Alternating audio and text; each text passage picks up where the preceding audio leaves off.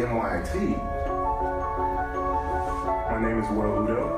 My major is electrical and computer engineering. I'm in my master's program, and I go to New York Institute of Technology. Here at NYIT, for me, I learned that I love control systems, I love robotics, I love drones. So it's like you have the ability, you have the resources, and it's here for you to do. It's just you have to find out what you want to do and just hit the ground running. First year, freshman year, 2010 in fall, went right into my master's program. I've worked very hard to end up where I'll be in the next couple months. I'll be working for Boeing in Huntington Beach, California. I mean, I'll be honest, I killed the interview. I'm telling you, I'm really humble, but I'll be honest, I killed the interview. And it's just because I was confident, you know. I knew that I should be in this program. I knew that I'm one of the best candidates. And so after 6 years of hard work in school, I end up where I want to be, so I'm really excited for this opportunity.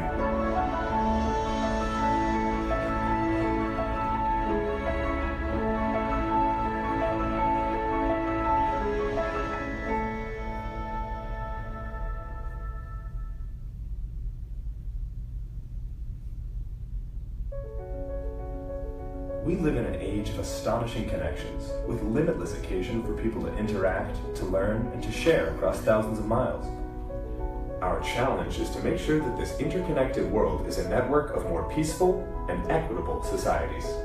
For us, the key to making the most of our interconnected world is education. Education enables people to see meaning in interconnectedness, to go beyond building connections to solving problems together. But it must be international education. Education that transcends borders, emanates from many places, is dispersed across many lands, and is inclusive and multicultural. As the world leader in international education, IIE designs strategies and implements programs that advance scholarship, build economies, and promote access to opportunity. We are IIE, and we believe that there are no limits to the power of international education.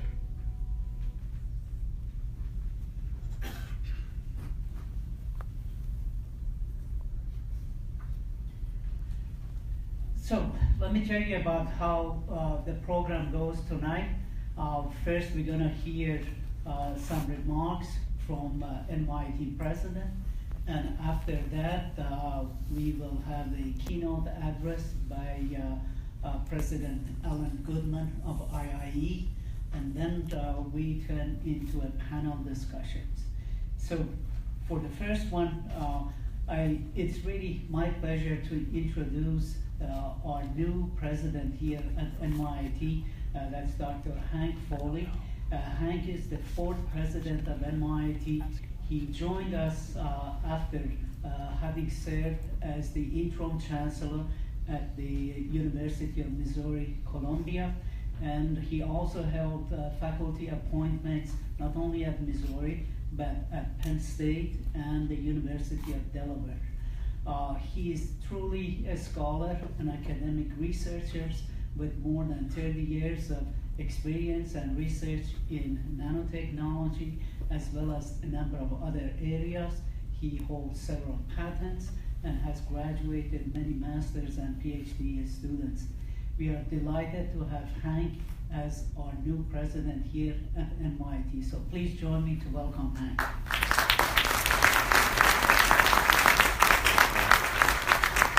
Well, Mark was very kind, thank you, and thanks to all of you. This is day 3.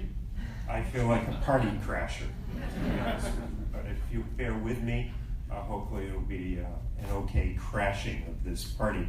I'm really thrilled to be at NYIT. When I think about how far this school has come since its early days, I met some of the oldest members of the first class at this year's commencement, and they were showing me some of their first books that I think Alexander Schur had put together.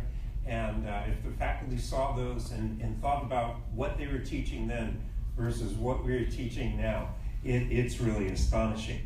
Back in Columbia, people ask me what I'm doing now, and I said, well, I'm on Broadway. You know? So, where are you? I'm appearing on Broadway, you know, and you get a pretty good laugh out of that, considering that I'm not much of an actor and I have no talent other than maybe being able to turn on the radio or do stereo. You know, on a more serious note, history has shown, and the present is showing, that there will always be a need for people who have a global perspective on their citizenship and who truly strive for multicultural understanding in interactions.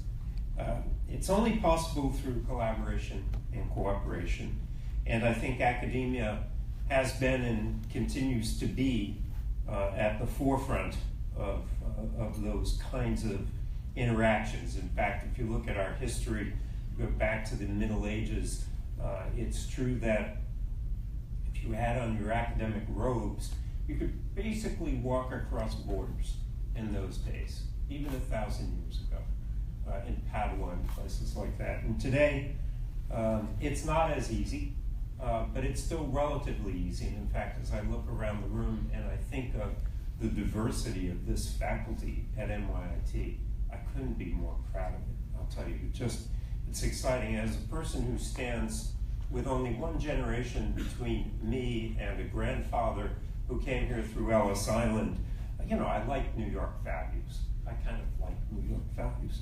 So I want to acknowledge and thank the group of international educators who've been spending time here at NYIT this past weekend. We appreciate your enthusiasm. There was great buzz in the room right now. We felt it as soon as Ramat and I walked in. And I've heard from my colleagues that they've benefited greatly from hearing about your experiences and your points of view.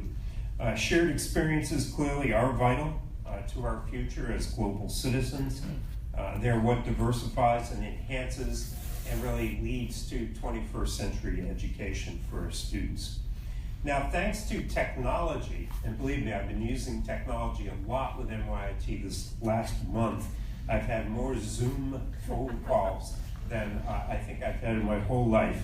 But in more serious vein, it's really true how the death of distance has occurred because of technology. It's an old saying that we used to talk about back in the good old days, maybe 10 years ago, in IT, which is like the Pleistocene now compared to where we are. But it's very true. It really reduces distance and brings people together in ways that are really quite astonishing. And I think none of us could have ever anticipated what the internet has done for the globalization of this thing we call humanity. It's just astonishing. So at NYIT, obviously, it's baked into our DNA to create meaningful and diverse study abroad programs, but we're looking beyond didactic binary experiences. There's also a great need to build networks among universities and other institutions that are devoted to promoting our values and nurturing education, which in turn can create more opportunities for more people, both faculty and students, to connect and to pursue their research from really around the world.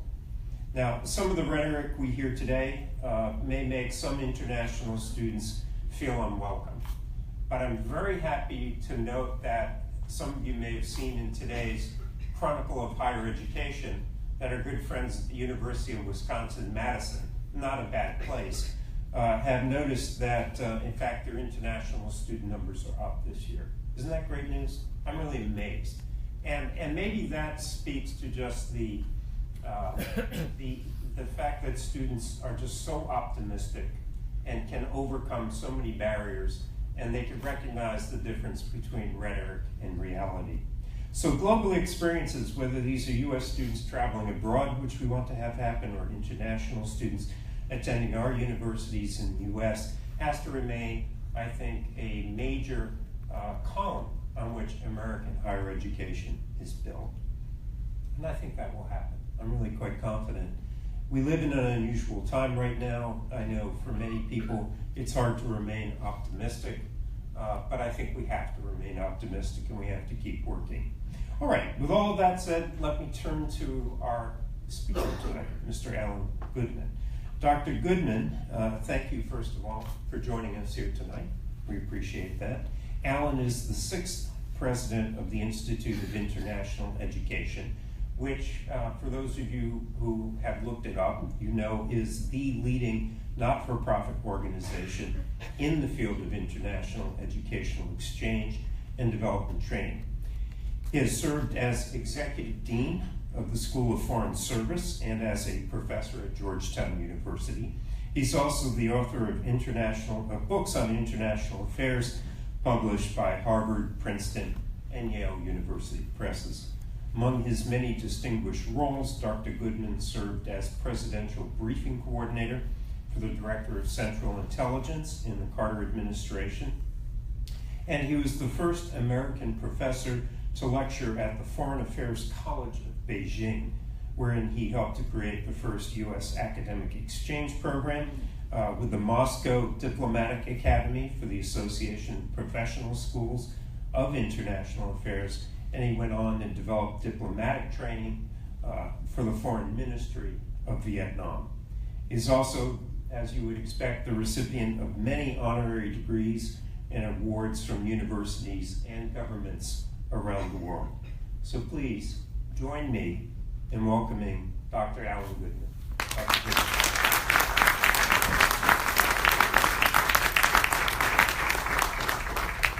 Thank you.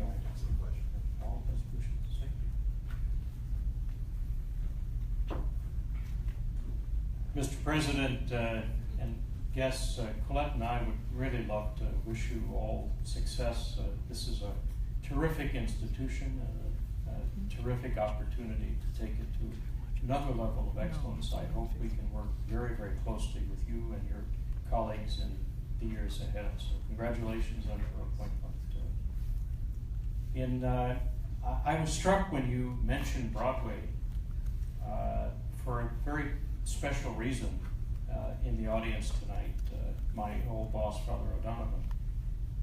When I came to him in, I think, 1998 to say I received this offer to become associated with III as its president, I wondered, Leo, if you knew anything about III. It was a big mistake. The first thing he said is my cousin Phyllis worked there. And that he was an intern, and he worked for a summer, I think, between his junior and senior years. And only tonight did I learn that your cousin, when you graduated Georgetown University, for your graduation gift, gave you a ticket, maybe several tickets, to My Fair Lady on Broadway. Now, III has a cultural events desk that is probably 50 or 60 years old, and one of the things it specializes in is getting free tickets for Fulbright students and scholars to attend Broadway shows. When I arrived, I said, this is a great service and a great thing to be doing, and then the person manning the desk said, but we don't give tickets to staff or interns. So I'm kind of wondering how Cousin Phyllis managed to secret out 2 tickets to My Fair Lady, but Broadway has special meaning for this school and probably for all of our lives. The other thing I wanted to say by way of thanks to NYIT is that in 2007 we began a very large effort at II to rescue Iraqi scholars. It was a very unusual effort because most of the time the scholars are fleeing the government. In this particular case, the Minister of Higher Education and Scientific Research had written us from Baghdad and said, we've already lost 300 scholars targeted for assassination. Would you please rescue as many as you can so that Iraq doesn't lose its generation and the next generation of scholars? I think it was, we rescued our first scholar in 1920. So this was the first time a government ever reached out to us and said, please help.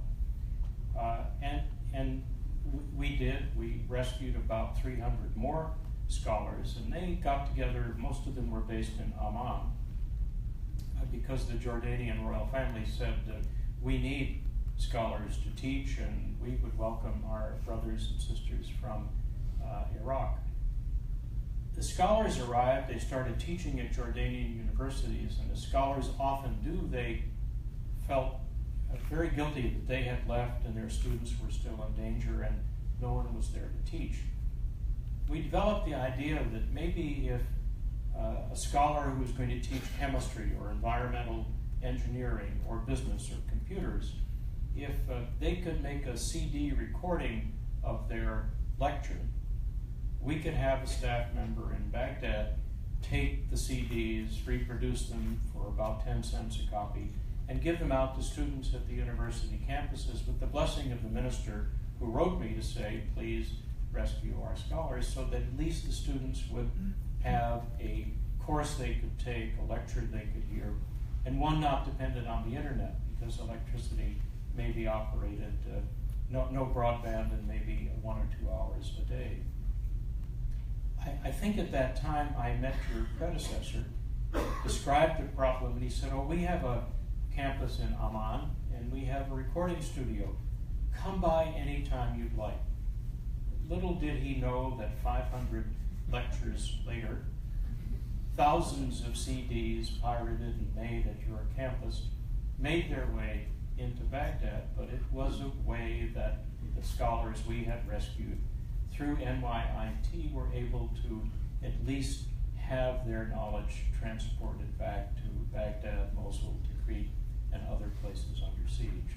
So our institute has always wanted to have a public occasion to say thank you to NYIT and all the people that man your campuses abroad. We worked with your campus in Bahrain and several other places to do exactly the same thing, so that teachers, scholars who had to flee could still be in touch with their students, at least through the magic of a CD. I probably will give the world's shortest keynote address in history, which is bad news for the panelists. You've had 3 days of symposia. You started with your related institutions at NAFSA. You finished up here tonight, and usually at the end of a symposium, especially in academia, the speaker says the problems are immense, they're very complex, we don't quite understand all the dimensions of the problem, and we're not sure we can solve the problem, but for sure it's going to take further research. My message tonight is we know what the problem is, we know what the disease is, and we know what the cure is.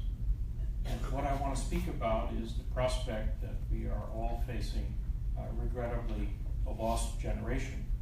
It starts with the Syrian diaspora, and you'll hear in a few minutes from son of Mustafa, who lives that experience. But it's not just 200,000 Syrians that were in higher education and then had to flee Syria because of the civil war. It's a generation of young people that have grown up in the world's largest refugee camps, spending 18, 19 years of their lives in those camps, and now have no place to go. They can't attend university in the local community. No universities get built in refugee camps. It's a miracle if a primary school gets built in a refugee camp, a secondary school gets built for displaced persons, but university education is almost out of reach.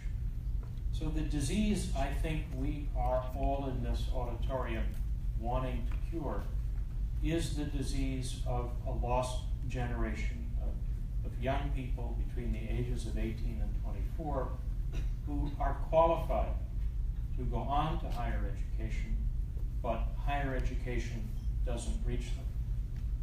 You could say in a more broad brush that the problem we need to solve for the rest of the century is what to do with the children of the 65 million refugee and displaced persons that the world now holds. And the choice really is ours in higher education. We can open our doors and everyone save one, everyone take one. Or we can say it's not our job, it's not our responsibility. It is a political choice, and universities do have their own foreign policies. But what's clear is that the answer to the lost generation, or preventing the disease of a lost generation, is education. It's building schools for young kids, it's building schools for secondary school students, and most of all, it's making higher education a part of the solution of today's world refugee and displaced person crisis. It's a new role for higher education. The last time the world had so many refugees and displaced persons was immediately in the interwar years between World War I and World War II, and then after World War II. But what was notable about that time was that most of the people that ended up in a refugee camp were women and babies. Most of the people that were in displaced persons camps were demobilized soldiers or persons who had escaped the regimes that caused the war. And they didn't have a path to higher education or an expectation to go to higher education. At the end of World War I, about 2% of the cohort between the ages of 18 and 24 anywhere in the world enrolled in higher education. At the end of World War II, that number had doubled to 4%. So higher education, when there were massive displacement in refugee populations, never had to solve the problem because it was never a place where people had started and never a place where people were aiming to go. The Syrian crisis, the migrant crisis, the credentials of students fleeing with mobile phone pictures of their transcripts to say, I've been displaced from my country, my home, and my education. When can I reconnect? This is a new problem for higher education. We know that displaced and refugee students make terrific students. You'll hear a bit from Sana, but when I first met her, and she told a little bit about her exodus from Syria to get to America, she said, before I was enrolled back in higher education, I survived. When I became a student again, I thrived. And that's what we want all members of the potentially lost generation to have the opportunity to do. And that's what higher education can do. We have plenty of seats. There are so many countries now where there are more university capacity than there are students, even in our own country. As our populations age, we need not only the services of refugee and displaced persons to be our healthcare workers, our nurses' aides, but we need them to go to medical school. We need them to do things that our population is not filling by its own rate of natural increase. And so there's no magic here to solving the problem of the lost generation. The solution is education.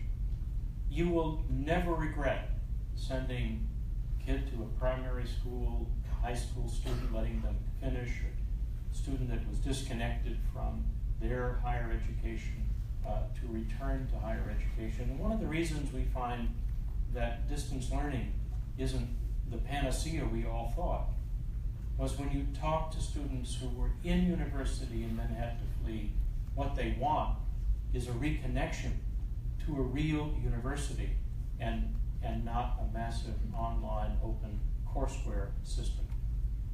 And so the solution is what higher education has always delivered. We've just never been challenged or how to do that. The world faced this a little bit before.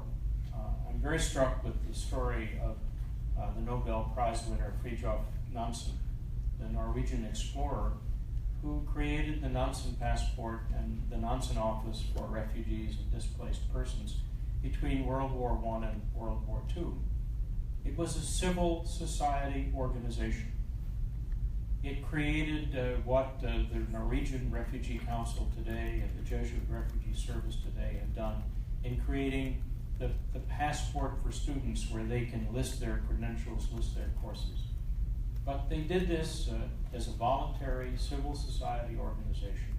He used the proceeds of his Nobel Prize to fund it. The labor was all volunteer, and the numbers are astounding. The Nansen effort and Nansen office relocated 20 million people. That's a lot of people at a time when everybody hated everybody else. The Second World War was looming, and people would say, well, we've had too much migrants, let's keep them in camps. He rejected that instantly and said, what we've got to do is connect human talent to where people can go to work again and rebuild their society or help rebuild other societies affected by war. Ironically, the Nansen office itself won the Nobel Prize in 1937 and then disbanded because it was to be folded into the League of Nations, and there would be a High Commissioner for Refugees who would take the model over. That didn't happen, of course. We had a Second World War. And what hasn't happened is refugee international organizations, not the private sector, but the UN and regional, they haven't embraced education as a need the way that a Nansen office could have done, did in this early period, and now could do again. So again, history points me to how important it is for civil society to act, for universities to say this is a global challenge and one that we acting together and with our networks can solve. It's a genuine privilege to share these thoughts with you and to start your final session of the conference. Thank you very much for having me.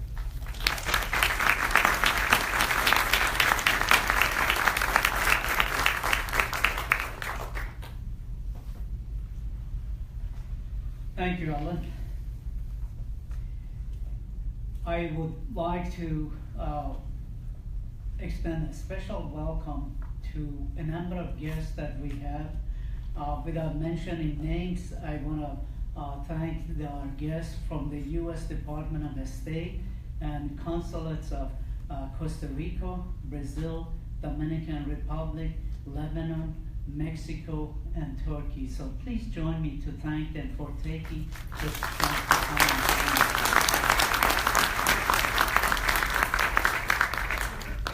I also want to express my special thanks to President Allan Goodman. Allan, every time that I listen to you, whether it's in formal setting or informal setting, he is the man that really cares about international education. And he's a role model for all of us. So we are delighted to have you and IIE as a co-sponsor.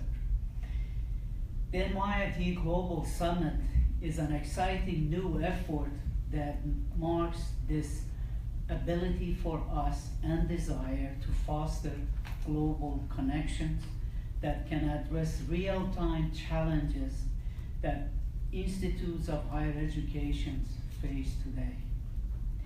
But we can also play a vital role in addressing a global humanitarian crisis, as Allan mentioned.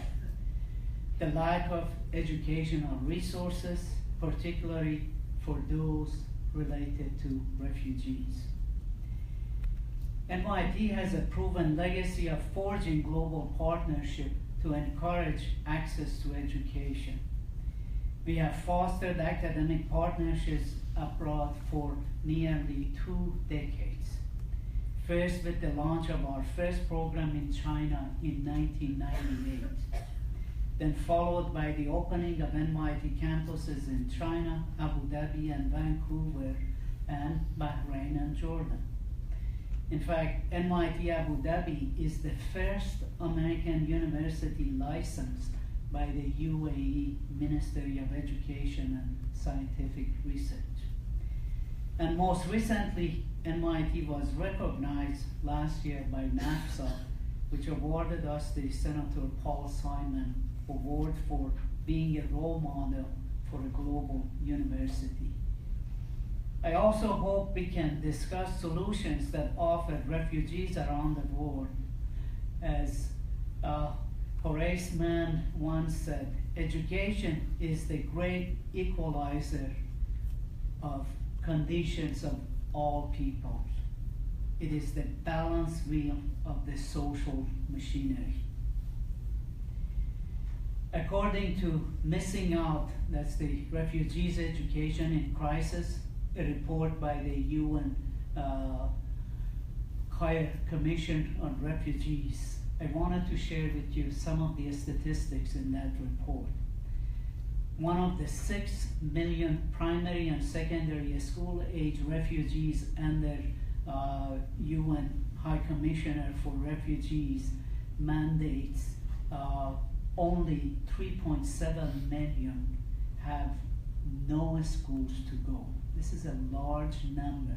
3.7 million refugees have no school to attend. Refugee children are 5 times more likely to be out of the school than non-refugee children. Only 50% have access to primary education compared with the global level of more than 90%.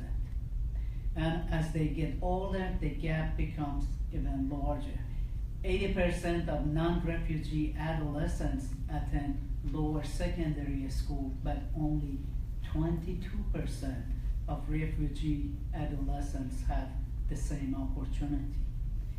At the higher education level, just 1% of refugees, 1%, attend university compared to 34% globally. So it is my hope that this event is the first of many that we hold in cooperation with the IIE and also our global partners, like those of you here, to address this key humanitarian issue. And what I would like to do now is to introduce our 5 panelists, and then after each introduction, I would like them to come and join us here to discuss some of the issues and address the questions that you may have. Our panelist, Dr. Nina Lemmens. She is the director of the German Academic Exchange Service North American office, located here in New York. She joined the Exchange Service in 1997 and since then has held leadership positions around the world, including London, the Asia-Pacific region, and Germany. Our next panelist is Sana Mustafa, the founder and manager of Sana Mustafa Consulting LLC, is herself a Syrian refugee, as Allan mentioned earlier. She has diverse experience working with non-profit organizations in the areas of peace-building efforts, refugee integration, education, and youth engagement. Ms. Mustafa has spoken at the United Nations, the White House, the National Press Club, the Franklin Roosevelt Presidential Library and Museum, and at Harvard Divinity School, Stanford, Princeton, and other prestigious universities, including, of course, now tonight at NYIT. The next panelist is truly a pleasure. Father Leo O'Donovan Donovan is the director of Mission for Jesuit Refugee Service USA, an international Catholic organization working to accompany, serve, and advocate for the rights of refugees and other forcibly displaced persons throughout the world. He served as the president of Georgetown University from 1989 to 2001 and is today its president emeritus. In addition to his work with JRS, Father Donovan serves on a number of boards and publishes frequent articles on theology as well as on art criticism. We are delighted to have you, Father. And Dr. Sarah Smith, she is the Senior Director of Education at the International Rescue Committee, where she and her team established the vision and direction for the IRC's education program. She has more than 20 years of experience managing and advising programs for children and youth in conflict and post-conflict countries. Before joining IRC, Dr. Smith worked for Concern Worldwide, UNHCR, and the Peace Corps. And of course, our fifth panelist is Dr. Allan Goodman. So with that, please join me to welcome our 5 panelists.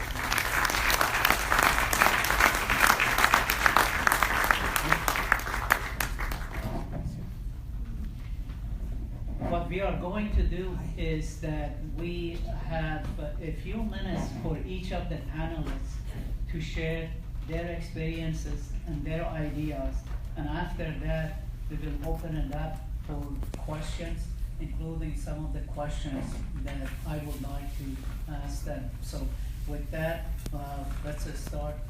You want to go ahead and start? Sure, I'm happy to. Thank you so much for inviting me. It's a pleasure to be here and to speak with all of you.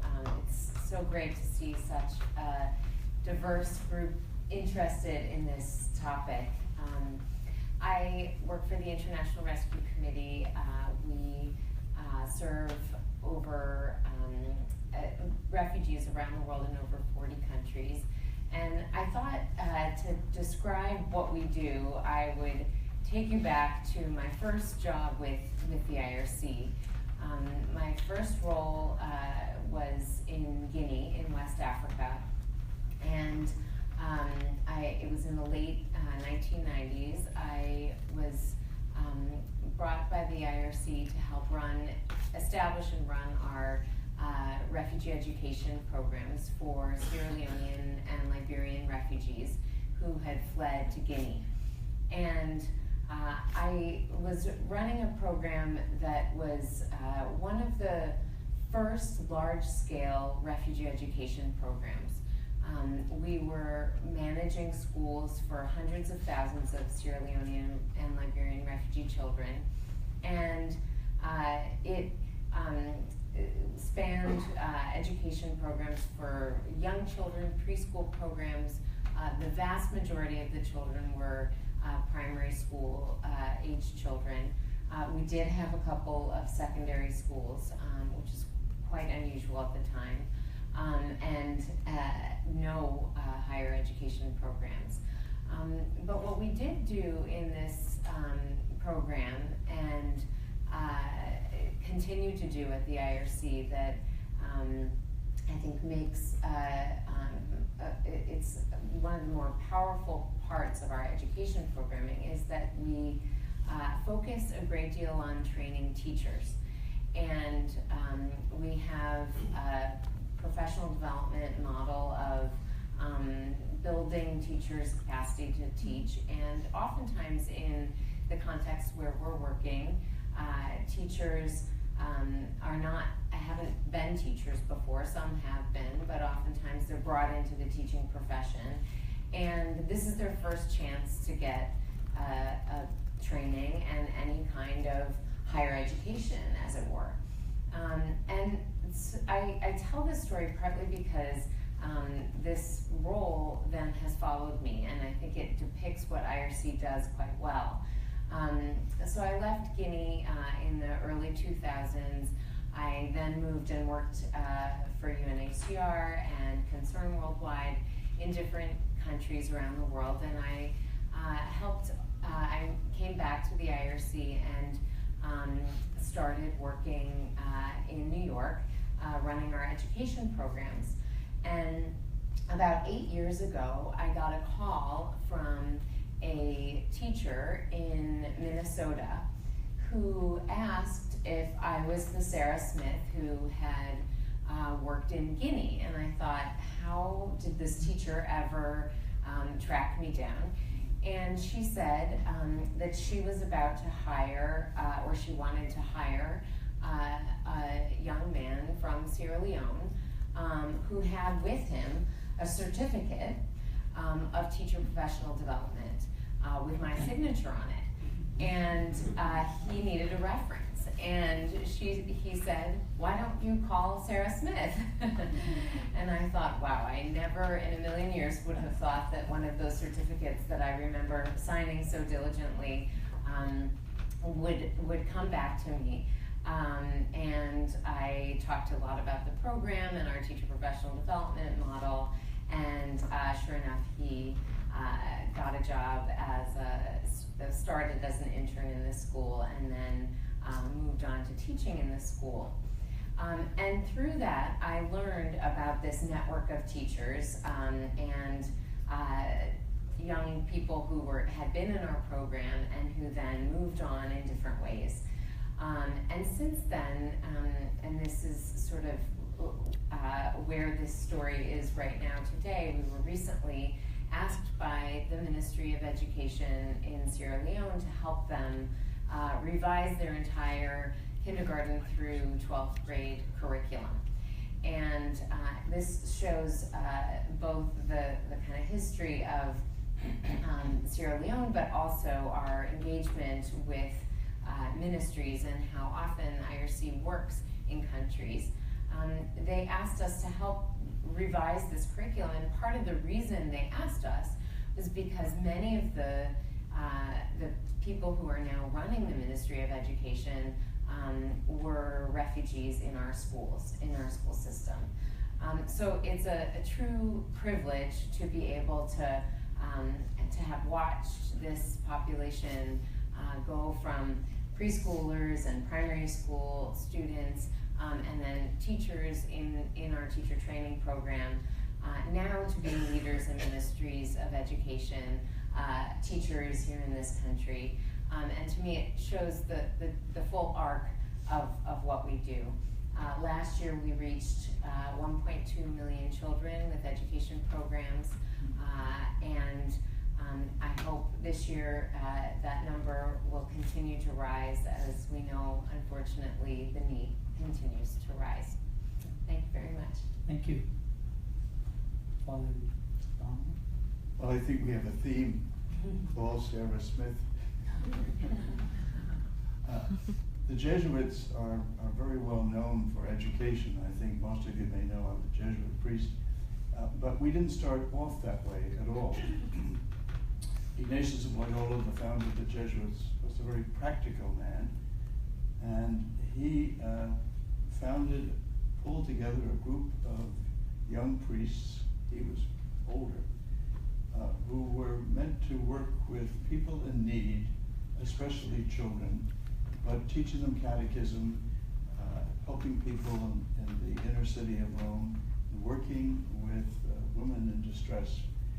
He received a letter after some years from the town of Messina in Sicily, who had heard about this new group of reform-minded young priests, and would they consider sending some of their people to Messina to start a school. He hadn't thought about that at all, but he thought, well, this is an opportunity. He seized it, and that was in 1550, and within 100 years there were Jesuit colleges, which is a residence in the language of the time, with schools attached all over Europe. I had never thought of doing anything with refugees, although I became aware of the terrible situation. I think there are four great challenges to our very humanity in the world today. The first, I think, is the ecological crisis, which threatens the very sustenance of our planet. The second is the continuing threat of nuclear power, which we worry about a little bit less. We have a president who thinks it's fine to encourage other people to develop nuclear power. I doubt there's anybody in this room who wants to see any more nations with nuclear arms. To my mind, a third great challenge is the inequality in the world and in this country, which is not only unfair to the poor, but politically very destabilizing. And the fourth is the refugee crisis. We heard some of the key numbers about how many children go to school, how many young people go to school. It's threatens who we are if we let this go on. So Father Pedro Rupe, who was the head of the Jesuits in 1980, was in Southeast Asia, and he saw what was happening to the Vietnamese boat people and decided that Jesuits had to respond to this.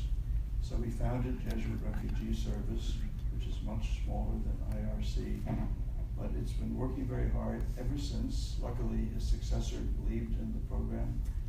The three aspects of our mission are to accompany, just to be with the people who were driven from their homes or who flee violence.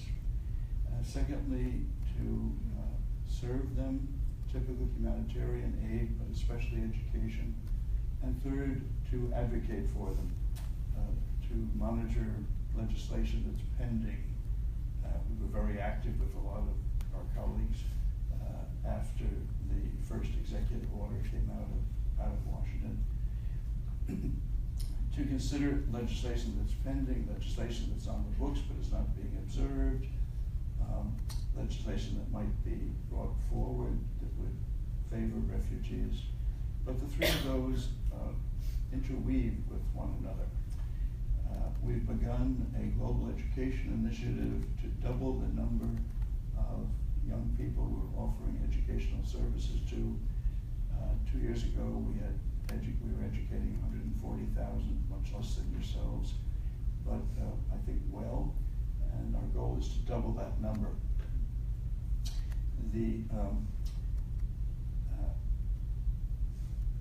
You mentioned how the number of young people at the primary level are in schools.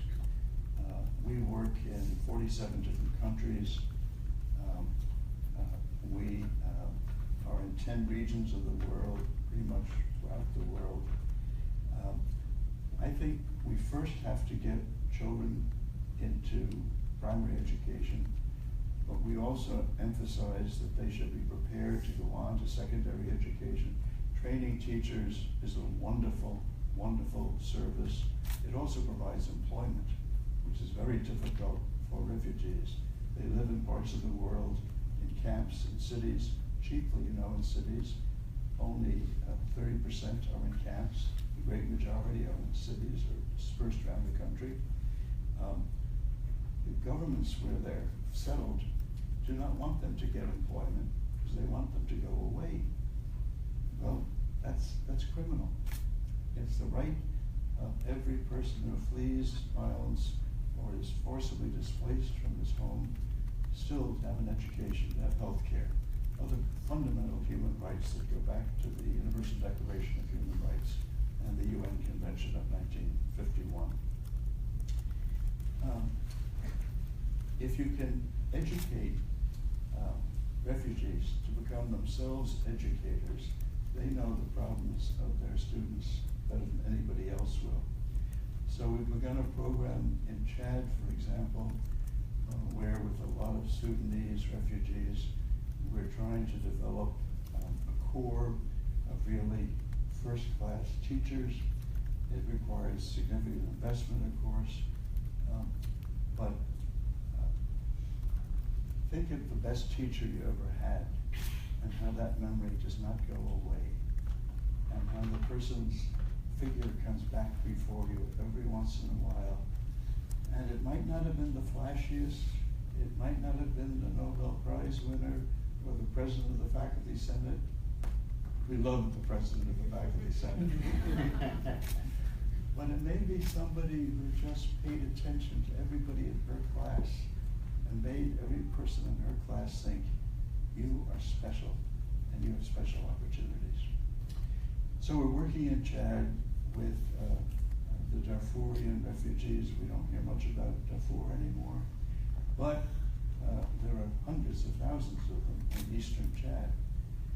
And we were successful enough in the first schools that we launched there that the Chad government has asked us to take on all the secondary education in eastern Chad. But we're also in Afghanistan, and we're also in Ethiopia, and we're also in parts of the world that are not so much in the press today. How can you all help us up here when you can come to panels like this and get informed? I believe the American public is woefully ignorant. We are a generous people, and if we knew more as a people what is going on in the world, we would react much more strongly, I think, to misguided advice and fear-mongering from our government. So I believe in getting people informed, and thank you for putting this together. I also believe that you can participate from simple ways to significant ways. Parishes that take refugee families in, for example. And then it's very expensive. So frankly, we need support. We need support from the government. The United States government has been quite generous to us, and from private donors. And I don't hesitate to say that and to say we love our donors. So that's a very brief overview of an organization that it never occurred to me when I was roller skating up and down Broadway to go to the movies, including to this movie house, which I'm glad you have, Hank. But it is a kind of desecration. It never occurred to me that late in my life I'd have a chance to contribute just a little bit to, like, with people like yourselves, to a crisis beyond imagining. Thank you, Paul. I feel like I need to thank NYIT and IIE for having me here, and I'm really truly humbled by sharing the panel with the remarkable panelists and Father Leo. And I would definitely start with what Father Leo has just mentioned about how actually we become the educators.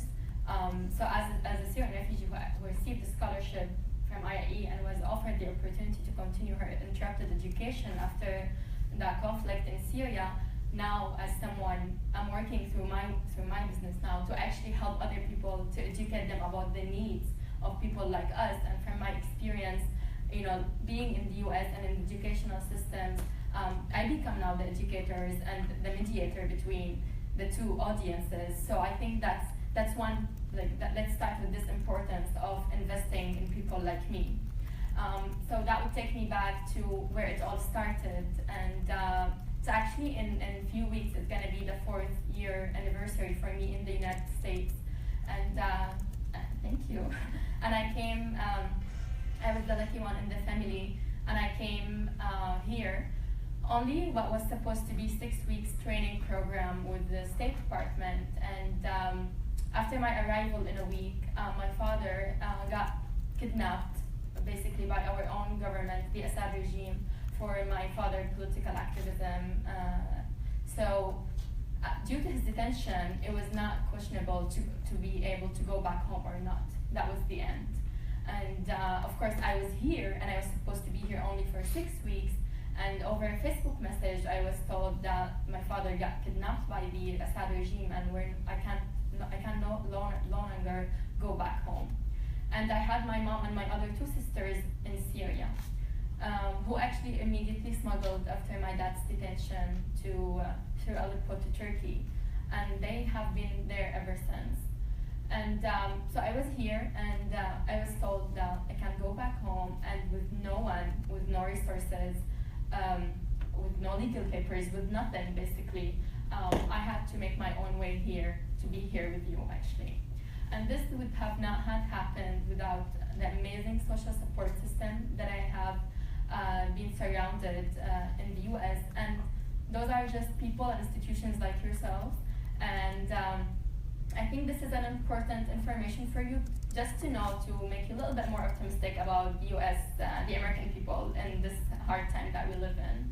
And so I had a year, I actually did 4 years of business administration in Syria. So I was towards my 5th year of graduation. And due to this experience, my studies got interrupted. And when I came here as someone with nothing, of course I didn't have the mental power even, or the language skills to think even of pursuing other opportunities. It was off my mind. all what I was thinking about is surviving. And this is what everyone flees first think about, is surviving. And that year, the first year, of course, I did it because of strangers who were very generous and very human and opened their doors for me. And I stayed with these people until I felt a little bit more empowered, and until I met Daniela Keith, who was the vice president of IIE in one of the events that I was attending that time on my first year. And she told me about IIE. And she said, you know, we have an application survey. What we do is trying to match students who come from these countries with educational institutions in the US. So maybe you want to take a look at that. So I went online, so thanks to technology again. So I went online on Facebook, and I found the survey and I just applied. And of course, it's very important to mention that I was not able to apply first alone. I needed mentorship because the application process is not something that by default for us. We come from very different educational systems and different processes that we never actually go through the application process the US students go through. So through, again, the strangers who became friends and families to me, I was able to do this. And lucky enough, I was matched with Bard College, who offered me a scholarship to continue my interpreted studies. And in that time, I moved fall 2014 to upstate to start Bard. And of course, again, Bard offered me scholarship, but it was not a full scholarship as always the situation is. And here comes IIE again, and they offered me their rescue fund, where I was able to actually maintain myself and live during my studies, because we also tend to forget, and I'm talking from experience, that when we offer scholarship for people, we say, oh, here's a full free tuition, and go figure it out on yourself. You actually I cannot perform academically very well if I'm not, sustained. If I'm thinking every day about how I'm gonna survive in my school, so I actually cannot do this. So this part always forgotten when we talk about scholarships, and this is when the rescue fund that comes every semester from IIE was very, very helpful to me. And as someone, it was my first year surviving again, and as Allan said, I always say, I literally, when I started my educational opportunity at Bard, I moved from surviving to thriving, because I didn't even have the language skills before to express myself the way I am doing right now with you. So starting at Bard, and also IIE before offered me ELC classes to be able to start at Bard as well. So that all, and being in Bard has a very stimulating and intellectual environment, and this is tremendously different from the education system that I come from. In Syria, it's a very different educational system. I was never asked about what I think of something, it's all memorizing, etc. So I came to a very different educational system that got the best out of me. I've come to know myself better, I've come to know my skills better, and I've come to recognize things that I like and I don't like, and all different readings. So definitely this education opportunity empowered me to know myself and to be able to share what I know, and to be able to speak with you and educate other communities about us who now we're called refugees. So after, during my studies at Bard, it was not enough for me to study, basically. So I was doing I was going out to synagogues, to churches, to communities with NGOs, with governments and all different sectors, and just speaking with people. And it's never, we always have a conversation, I would say. And I never do something, abnormal. It's very basic. We just have a conversation.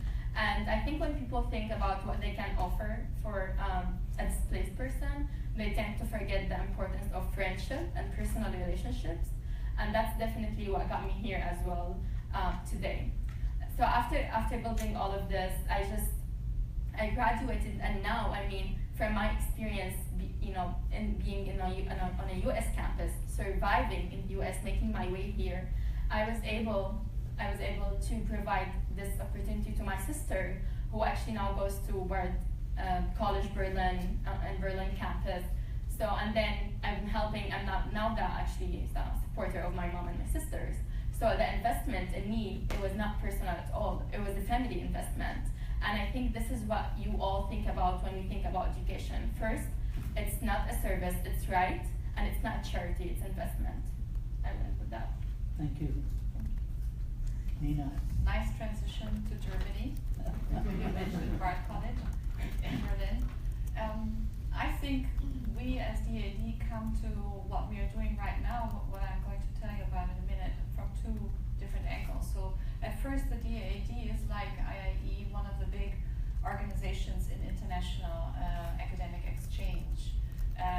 Some of you might know us. We are called German Academic Exchange Service, or short DAAD, or here very often DAAD.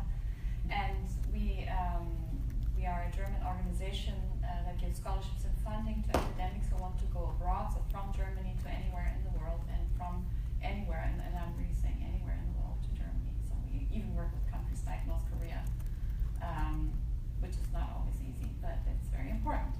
And we send about 120,000 people around the globe each year. And we're mainly funded by the German government and also by the European Union. And so we know a thing or two about academic exchange, we know a thing or two about international scholars. And I think that's why the German government, or especially the Ministry for Education and Research, came to us in 2015. But before I tell you what we are doing right now, I would like to tell you that Germany, of course, also knows a thing or two about refugees. Germany was always is at the center of Europe, so everything that happened somehow affected us, and sometimes we were unfortunately also the ones affecting others. So a lot of the refugee movements came from Germany, who started 2 wars, as you know. And so some of the scholars came here, a lot of them came here, and started something like the New School, for instance, which is of course a great endeavor and a big role model. But also, after the war, especially after World War II, there were a lot of refugees coming to Germany during the Cold War, for instance. And it was just at NAFSA that there was also the topic was also, I can't remember specifically, but it was also about refugees. And we were all asked to share a story, if we knew a story, hashtag whatever it was.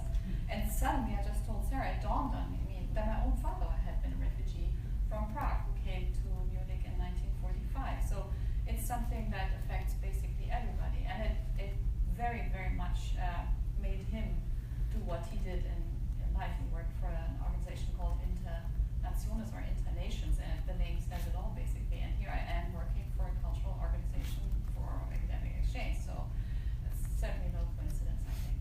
So in Germany, we also have this whole refugee history. The last big wave before the wave in 2015 was, of course, the one that came from the war in Yugoslavia. So we had a big number of people coming, and there it was very difficult in a way because they didn't get along very well with different groups. So somehow you had to deal with this. So in 2015, as I guess a lot of you know, it was pretty sudden that very, very many people came to Germany. More than 1 million refugees ended up in Germany. And everybody was overwhelmed. I was unfortunately already here. I like to be here, but it was very strange not to be at home. At this time, we could only see it from television and talking to people, and it was really, everybody was overwhelmed. The people were lying on the streets, nobody knew what to do, they didn't have papers, and our chancellor, as you maybe know, said this one thing. She said, we can do this.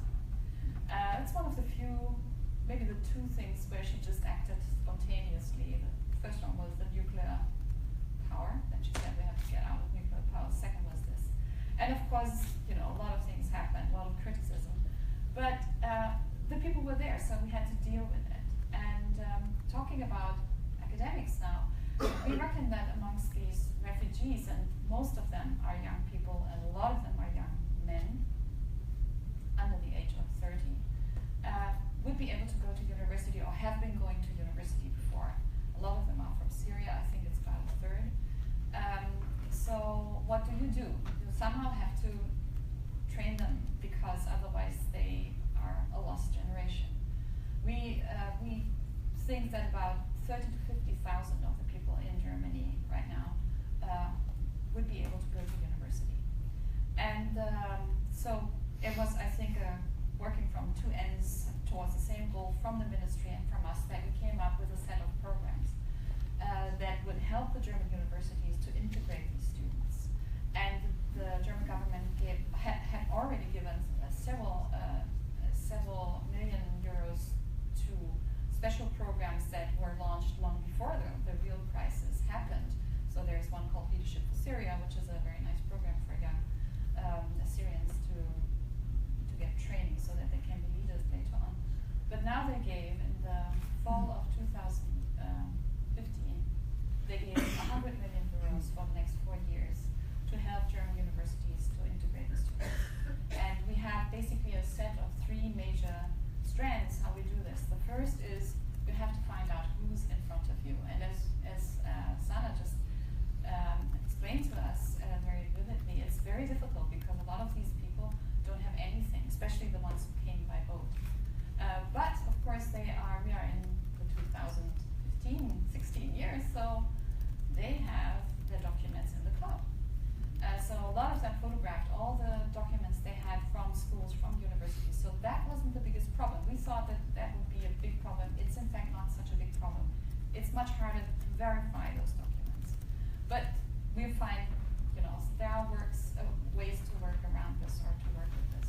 So we upgraded the office that deals with international applications. We translated everything into Arabic.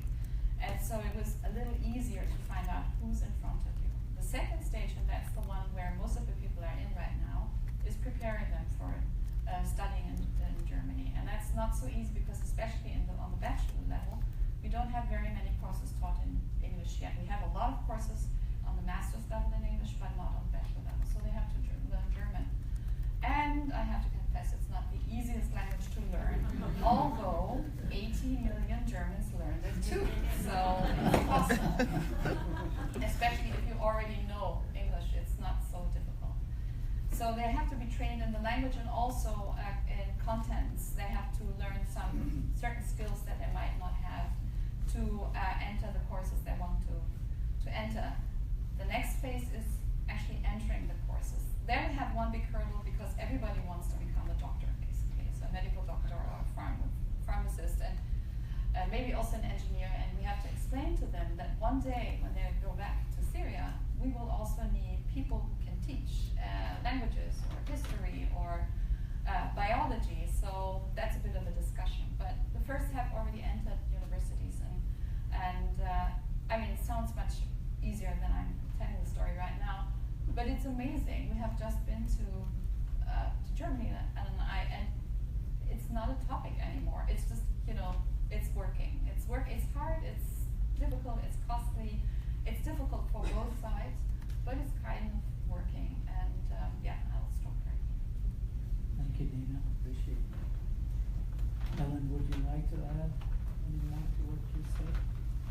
Go to Germany. You want to see how people can be adopted and how it's done. I was so struck when we were there for our annual bilateral with the DAAD.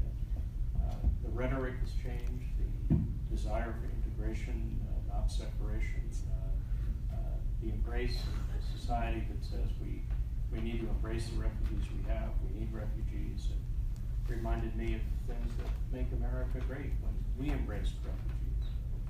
It's a rare thing for us to do in our history, but when we've done it, we've never regretted it. We've made ourselves a better country because of it. So go to Germany, follow the example of what they're doing, and every one of you that runs a school, every one of you that's a dean of a faculty, take one refugee student in, take one scholar in. It is a way to make a dent in preventing this lost generation, and you'll never regret the investment. Very good point. Thank you all. We would like to open it up to questions and see if you have the specific questions you would like to ask from the panel. Don't be bashful.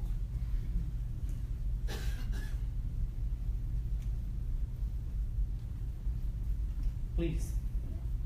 How much does it cost to support, say, one child or one refugee family?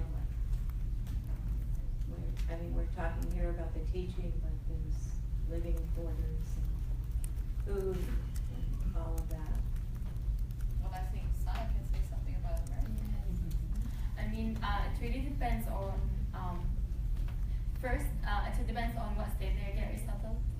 So if, they get resettled in southern states other than New York, it's less expensive, but most of the refugees actually are being resettled in New Jersey area. I know that churches, so basically you can't personally go to a family and like offer money. You have to go to a church, an organization that does this, and it's about $400 per person per month. Yes. I mean, in our area. I couldn't tell you in Germany because it's separate. I mean, the education is free. And, higher education in Germany is free. So it costs, of course, it costs a lot of money, but it's paid by the government. And then the refugees, once they are acknowledged as refugees, they just get the money they need. They are assigned to certain living quarters, and they get a monthly subsidy, which is enough for them to. It's not great, I guess, but it's. And the government provides this. Yeah. I would say IRC does amazing work with the refugees, sponsoring refugees and resettlement. And their office in Patterson and Elizabeth in New Jersey, very good to start with. Yes. Yes, please. Thank you very much. My name is Yiğit Canay. I'm from the Permanent Mission of Turkey to the UN, one of the biggest refugee hosting countries in the world now. And with over 800,000 school-aged Syrian children in our own country, we are trying our best with over 60% schooling rate, with concerted efforts of everyone, of course. I want to ask a question to Mr. Goodman, who said in his keynote that the online platforms has not been the solution that everyone had looked for. Can you expand on that? Because in terms of the scalability, one looks at it and thinks that it may be able to make a change, a real change. But why did you make that comment? Thank you. First, I would want to thank Turkey because in the early stages of this crisis, like in Germany, Turkish universities and the government said, if you're Syrian, you're here, if you can learn Turkish, we'll take you into any of our universities. And young people learn languages a lot. I don't think I could learn German, but We'll work on that. but I think when you realize the opportunity to go to university comes through learning another language, I'm amazed at how many people in Turkey from Syria are taking your government up on its offer. We had the idea initially working with the Norwegians and some of the camps in Jordan to build a university in a box. We could just get the open courseware material, the internet connection, the broadband, because in the camps there were students and in the camps there were teachers.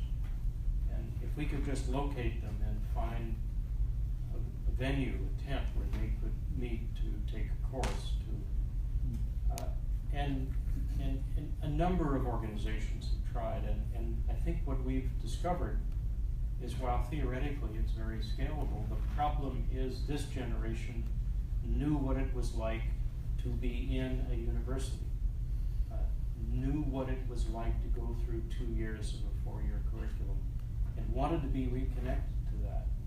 We initially thought that our rescued scholars in the camps could teach while they were awaiting onward placement in other countries. But the dynamics of life in the camp seem to change and shift and don't lend themselves to opening advanced studies or to having online education. Someday it probably will work. We field tested 2 projects, one in Africa and one in Central America for high school girls and their teachers. And this is online learning, but the package comes all complete for the teachers so that they have all the material, all the lecture plans. And that seems to be working, so I'm mildly encouraged there. But that's secondary schools and that's teacher. And what connecting large numbers of students who remember what it was like to be on the campus, who remember, no matter how distant the professor was, that there was a professor.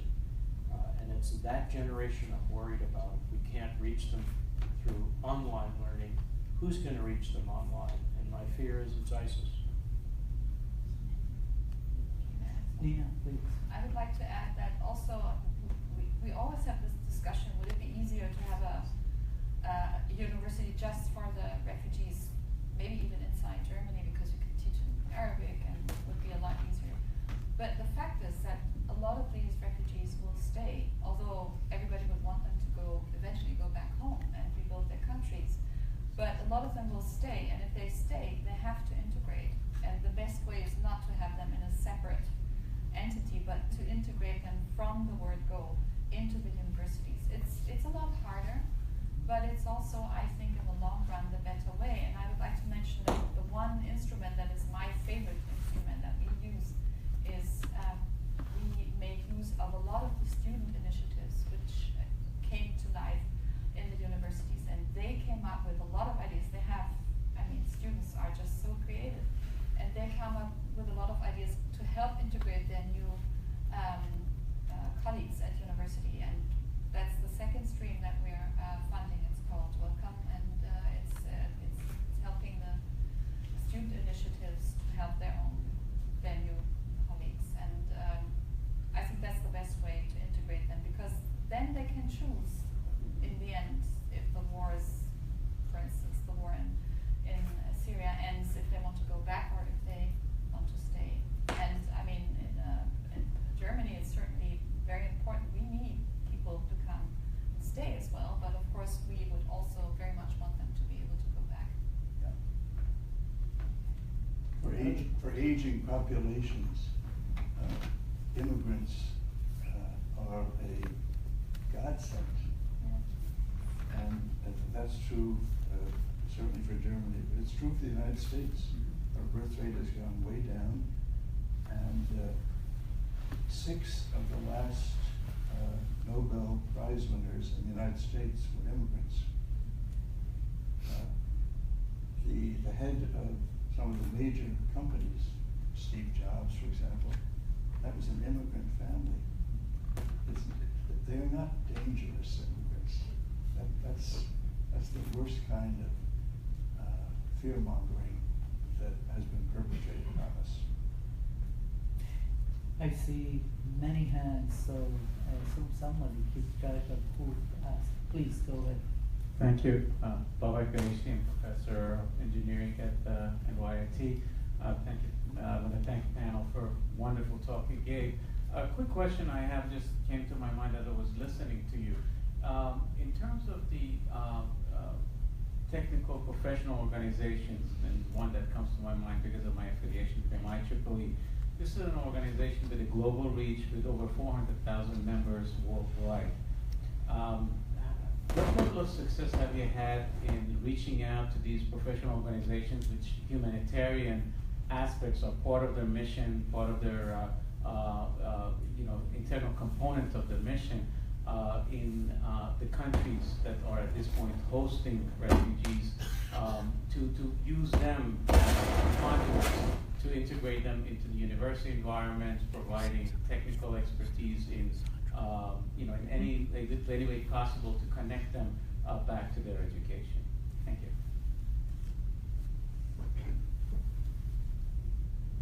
Have any of you reached out to these professional organizations? So far, we have focused on networks of university presidents, the higher ed network. I hadn't thought of the network of engineering professors or the science areas. So it's a good idea. Okay. So just as of January 1st, I'll be a member of the board of directors at IEEE. I welcome any contact from any of you to start a dialogue on that. Thank you. Thank you. Yes.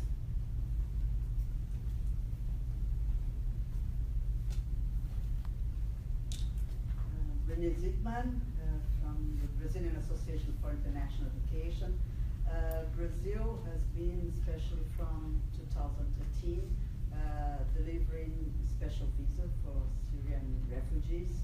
We have now in Brazil more than 2,000 Syrian refugees, and Brazilian universities are trying to be more and more committed to facilitate access to Syrian refugees in higher education in Brazil. And I would like to propose you that we should try to find best ways to share best practice in terms of integrating Syrian refugees, students in our respective higher education systems. The experience in Germany, in the US, Brazil, and other countries, I think that should be very useful to share those best practice. Thank you. Thank you for that. Yes, please. Can I just say something to that? Please go ahead. We have an office in Rio, you might know. Latina, right? So you could, for starters, you could invite her and ask her to talk about it. Hello, my name is Mariam Boukhari. Even though I have a Lebanese Syrian name, I'm from Mexico. I think my family came from Lebanon and Syria and many parts of Europe 100 years ago. So we are born in Mexico for 2 generations, now are migrating to other countries like the States lately. I just wanted to share with you, because it's so inspiring what you're saying, that during the civil war in Spain, Mexico accepted lots of refugees from Spain, and quite a number of orphans, small boys and girls that came to Mexico, and offered them opportunities of education. And also we had the fortune to have them and enrich our academic Colegio de Mexico. All of the big universities in Mexico were built on that migration, basically. We are what we are now because of that. And being also, I'm head of the textile design program in Ibero, Universidad Iberoamericana in Mexico City, which is a Jesuit university too.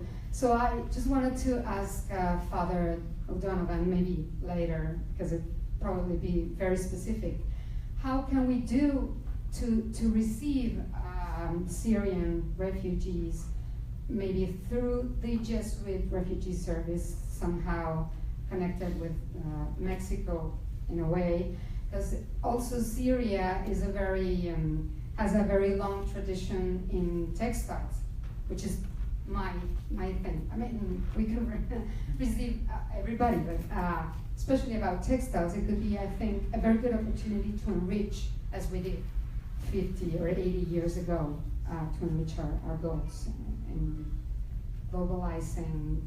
I don't know, I feel like a migrant too, but as I think we all are. That's just that. Thank you. Thank you. Father Leo, do you want to make any comments?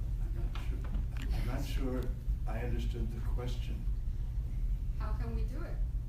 How can we do what? Get a Syrian Receive Syrian refugees. How can we welcome Syrian refugees? It's to come through the Jesuit schools into Jesuit colleges in Mexico. Well, one thing is to let people know what some of the traditions and skills and academic achievements come from that background. Syria was an extraordinarily sophisticated society. We're not talking about a cultural backwater.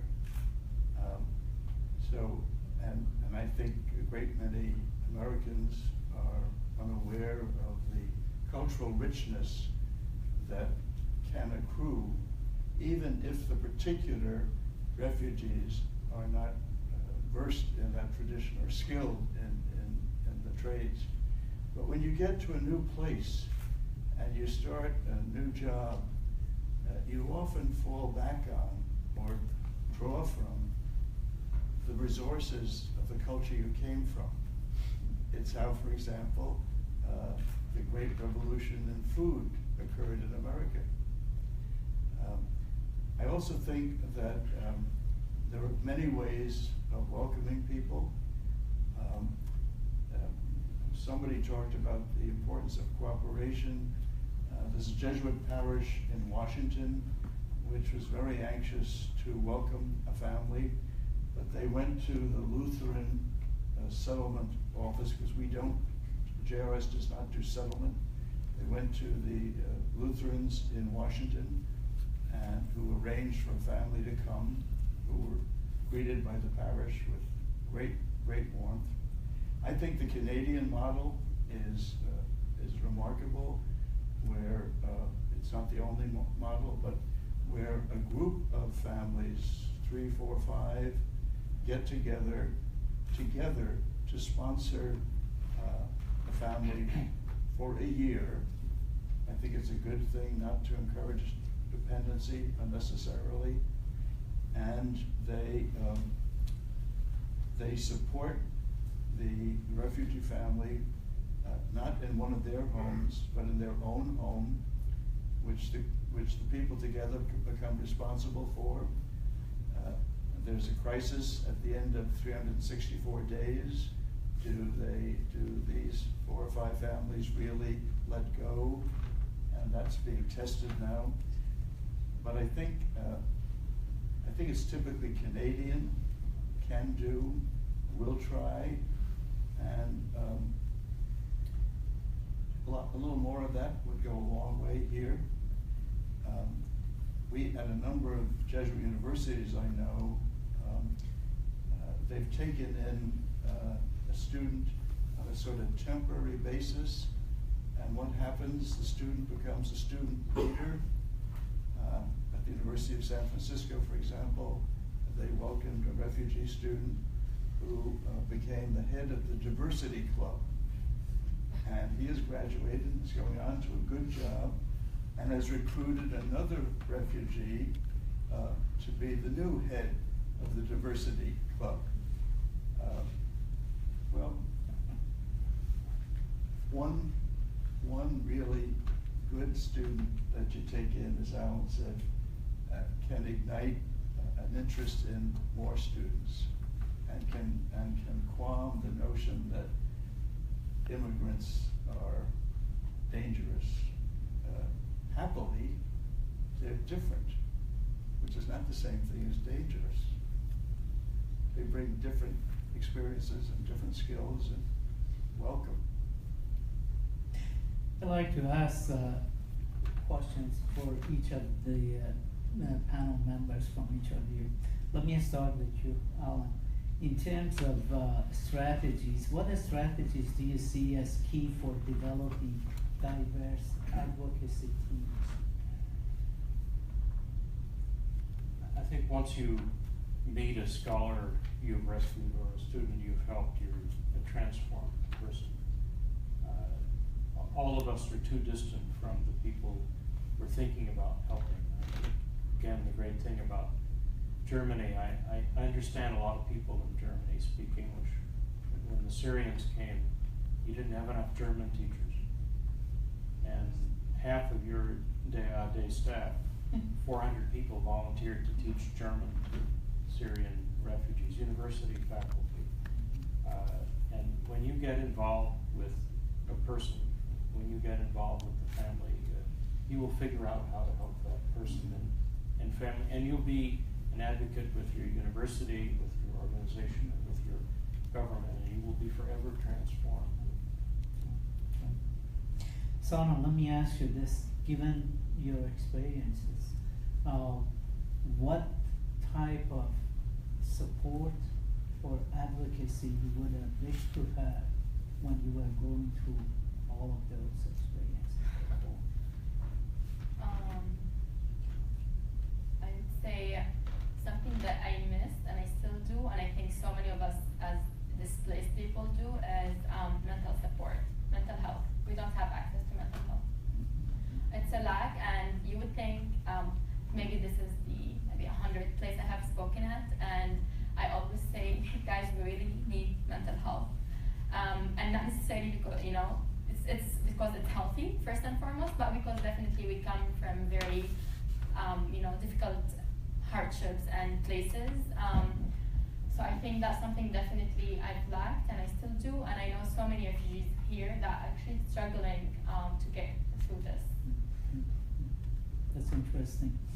And I know in some of the cultures, when you say that somebody needs mental help, it does not come across something positive. So people tend to shy away even from seeking. At the end of the day, we are war survivors. Sure. Yeah. That's true. Sarah, let me ask you a question. With the 60% of primary and secondary school-age refugee children and youth out of school, and only 1% attending university, we know there are unique barriers to refugees accessing quality education. In your view, what are some of the ways that we could overcome those barriers? And especially thinking about the network of universities, like the ones we have had for the last 3 days. What can we do using this network? Mm-hmm. Well, first I'll talk about a couple of the barriers, and then I think it leads into some things that perhaps can be done. But I think this group is an amazing group to come up with ways to overcome the barriers. The way I think of the barriers are in three different groups. The first group is sort of the more traditional policy kinds of barriers. The lack of funding for education in refugee settings. Less than 2% of all of humanitarian funding goes to education.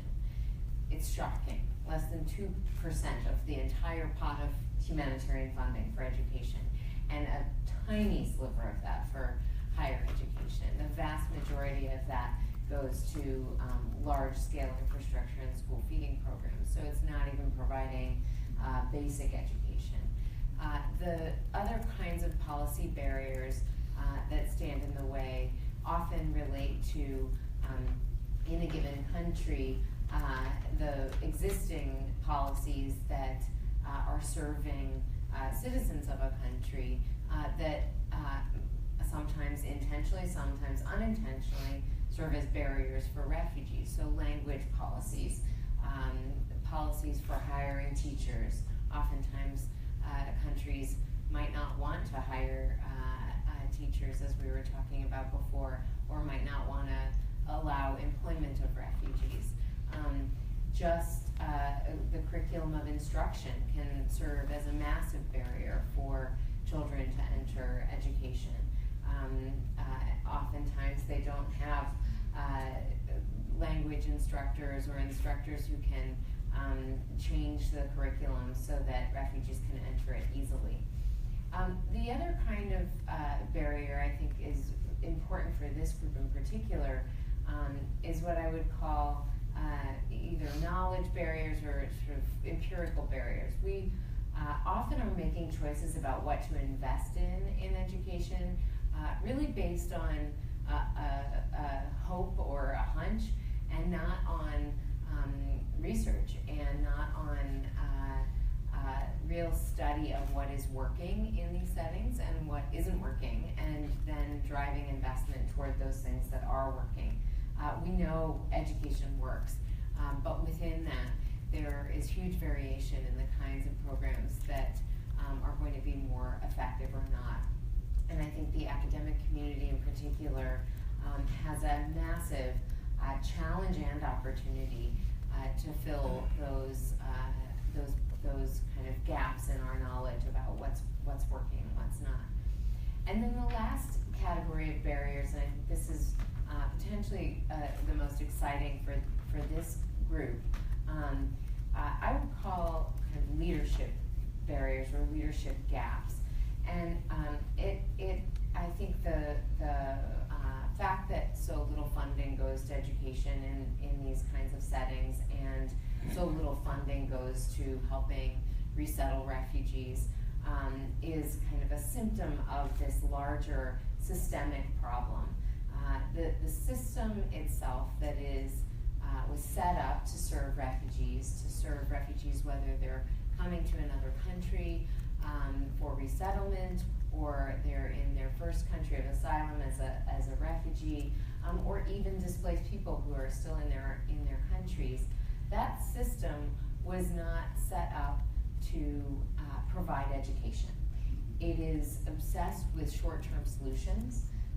It provides tents or quick infrastructure kinds of services, oftentimes life-saving support that is absolutely essential and can't be denied. But a long-term endeavor like education is not something that the humanitarian system was set up to provide. And it's not going to take a few small projects to really transform that system. What it's going to take is a network of leaders who are committed to education, who understand what it takes to educate large numbers of people at scale beyond a simple technological fix, and for those leaders to come together and really form a movement and to transform this system that was set up for these short-term fixes and turn it into something that could provide a longer-term solution. Thank you, thank you. Let me give the last question to you, Mina. Given your experiences, how do we move this forward? How do we accelerate change and hopefully be able to address these displaced and refugees' educational challenge? Good question. I think it was mentioned before. I think we need to share the best practice examples. I mean, in Germany, we start with our neighbors in the EU. Some of you might know there are endless debates about how we go about it in the EU, and of course we keep on pressing them that they should do. Germany is certainly a rather rich country, so we can come up with a lot of money, but nobody has to do the same. But they can do, as Allan says, if you take one refugee, that's good. If you take 100 or 1,000, it's even better. And I think our partners in the EU can still do more. And then we need to share this, I think, with the wider world. That's why I'm very, very happy that you invited me to be here, so that we can tell the story. And I think what, for me personally, is the most amazing and also inspiring is that, as I said before, we didn't have a choice. The people were there, so something had to be done. And I was really surprised to see my own country transform itself, because the Germans see themselves very often, also through the history, the way we were, educated, as a bit, not necessarily hostile, but in the first instance, they all look like this. But then once you approach one single person, they are normally very open and very friendly. So for instance, in Germany, it's very common to be invited home, also to stay at home. And I think this whole refugee crisis brought out, of course, sometimes the worst in the Germans, but mostly the best in the Germans never quite surprised themselves. And I think this is also a very good example that could be, maybe transferred to other countries. And of course, it's also due to the fact that we are an Asian population and we need younger people, and we have to learn, to really embrace this. But it had to be done, and for some reason it worked. And I think that's a pretty good example. So if this were something that would spread through Europe and then further on, I think that would be the greatest thing that could happen, and it would one way to solve this whole problem. Great. Thank you all. Please join me to thank the panel, and especially for the work that we are doing.